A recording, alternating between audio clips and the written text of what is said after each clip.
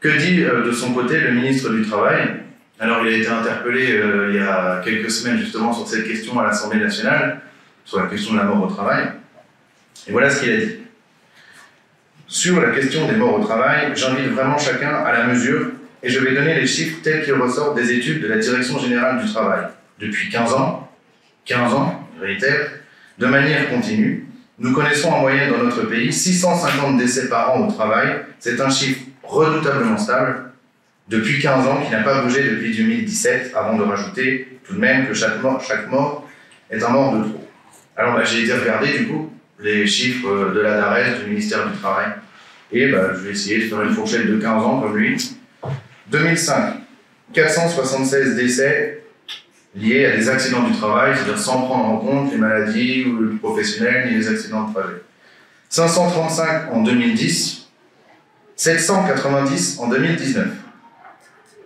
Ce qui fait une hausse de 40% entre 2005 et 2019. Pour un chiffre qui était censé être redoutablement stable, ça ne semble pas être finalement le cas. Et quand bien même, de toute façon, il y aurait eu 650 décès chaque année depuis 15 ans. J'ai fait le calcul, ça fait 9750 morts. Faudrait-il se féliciter qu'il y ait eu 9750 morts depuis 15 ans? Est-ce qu'on pourrait s'arrêter à cela et dire finalement c'est pas si mal, 650 morts par an, ça pourrait être pire, et puis en plus ça serait redoutablement stable, quand bien même en plus ce n'est même pas vrai.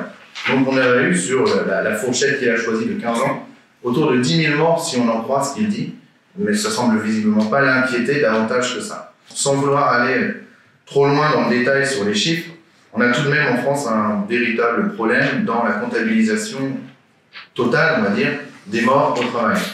Puisque, selon que l'on soit ouvrier, travailleur agricole, marin-pêcheur ou enseignant, comme c'est mon cas, eh bien, notre accident du travail sera déclaré à un organisme différent. Alors, on pourrait se dire, il suffit d'aller reprendre les données de tous les organismes et d'en faire un bilan. Oui, en fait, ça ne paraît pas si compliqué que ça.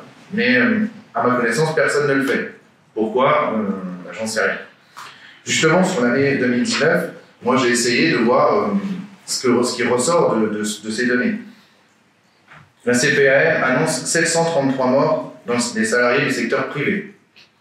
La DARES, donc les services du ministère du Travail, qui rajoute à cela les salariés agricoles et une partie de la fonction publique, arrive, elle, à 790 morts cette année-là. La MSA, pour l'ensemble du monde agricole, en annonce 119. Et le régime des marins-pêcheurs, lui, en annonce 11. Je fais un calcul, du coup j'ai repris ces données-là, en essayant de ne pas me tromper.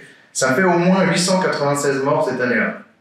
Donc quand on nous dit qu'il y a 650 morts et que c'est stable depuis 15 ans, non, déjà il n'y a pas 650 morts. En tout cas, pas en 2019.